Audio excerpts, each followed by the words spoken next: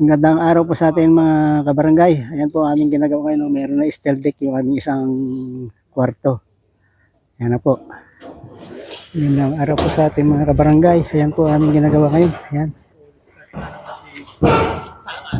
Ayan. Aming ginagawa. Magandang araw po sa ating mga kabarangay. Ayan po aming ginagawa ngayon. Kakapit na steel deck. Tapos naglalagay ng stirrup. Yun isipugi. Ayan o.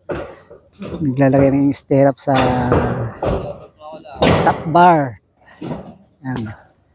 Yan guys. Magandang araw po sa atin lahat. Yan po. Yan po si Foreman. Yan ang Foreman namin. Kung aming ginagawa sa ngayon. Yan.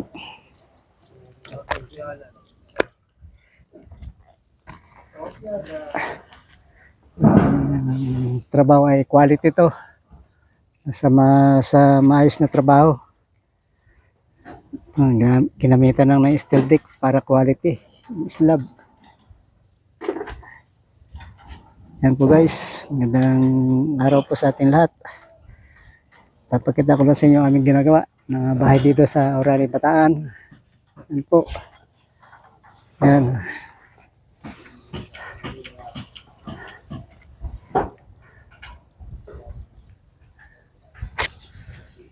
Magandang quality yung trabaho namin dito kasi kami nagtatrabaho sa maayos na kahit maliit ang sweldo namin. Kailangan po dito ang trabaho.